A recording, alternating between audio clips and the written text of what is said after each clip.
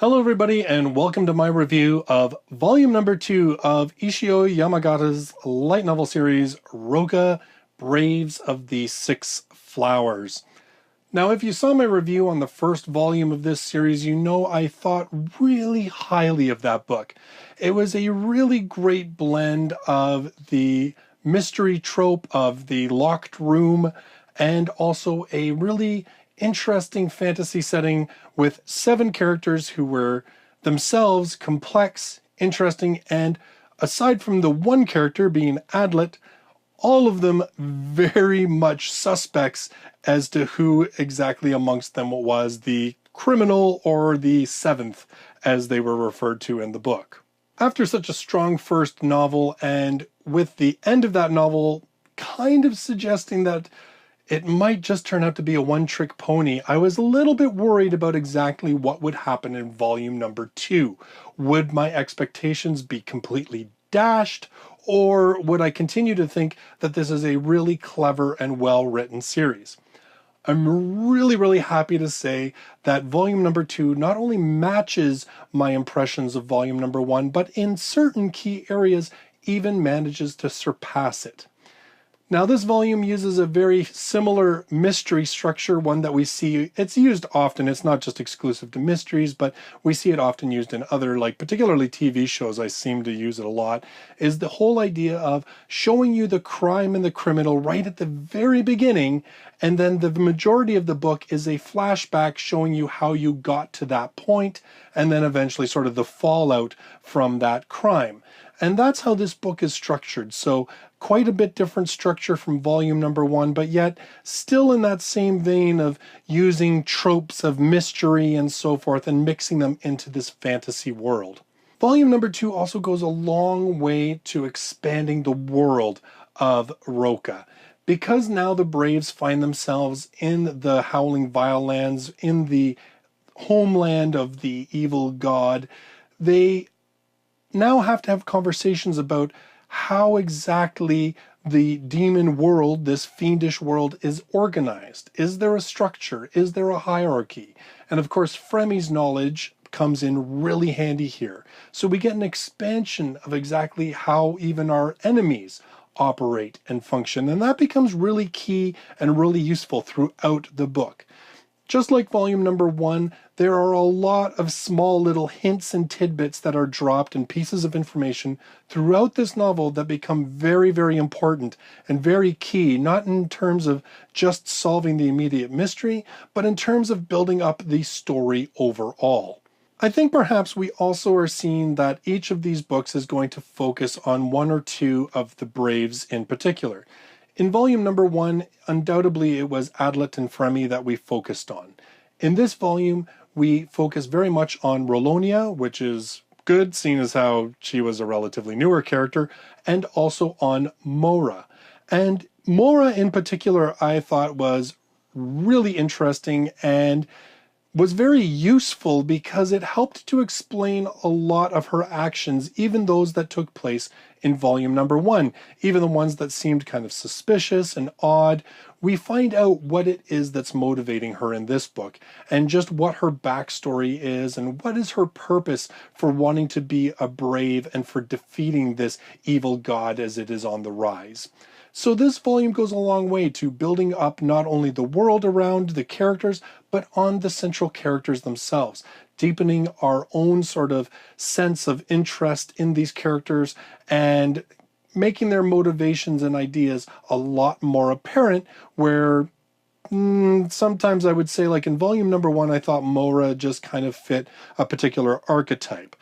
Having now fleshed out her story and learned a lot more about her, she is a far more interesting and compelling character than what I would say that I initially believed she was in volume number 1.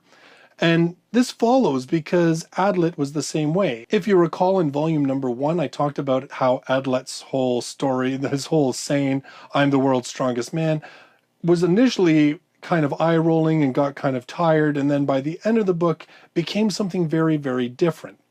And we have a lot of that happen with Mora and with Rolonia in this book as well.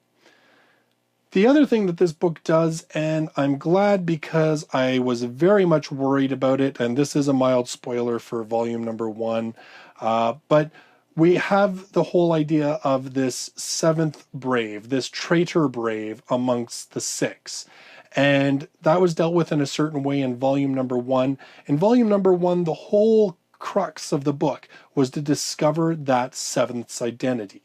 And it was in order to escape from the field that held the Braves captive. So the whole book, a lot of the narrative was driven by who is the 7th and how did the 7th activate the barrier. And because the whole idea was that if you could find who that 7th person was, you of course could release the barrier and the Braves would be able to escape. In this one, my concern is that when we end up with another 7th person added to the mix by the end of volume number 1, I worried that this was just going to become the same thing over and over again. This volume, it is not like that. The 7th, the whole hunt to discover who the 7th is, obviously it comes up, but it's not the main focus of the story as the Braves find themselves in a completely new and different situation. In this case, the 7th is more like that cancer that's eating away at the Braves and causing them to not be able to function together as a group. It also makes them doubt themselves. It also makes them worry that certain decisions they're making may be playing into this potential traitor's hands. There's even certain questions about whether this 7th person even is really a traitor, or if they're just along for other noble purposes, because why else haven't they acted at this point? So it deepens the mystery, it deepens the motivations of just whether there is this traitor or not, or whether it is a person here for some other motivation. This really is a very, very strong second volume. It's just as tightly plotted as the first one. The way that the action is intermixed with the longer sort of exposition bits keeps the pace always moving forward. And because of that presence of the 7th, even the parts that are kind of a bit quieter and aren't really action-packed, there is still this sense of sort of impending doom, or this sort of mystery and everything else that helps move those things forward and never makes the book feel like it's really slow or there's any sort of boring parts, because there is always this threat of what may or may not happen because of the presence of this 7th person. So overall, volume number 2, another excellent volume in this series. I am really, really impressed with Rokka.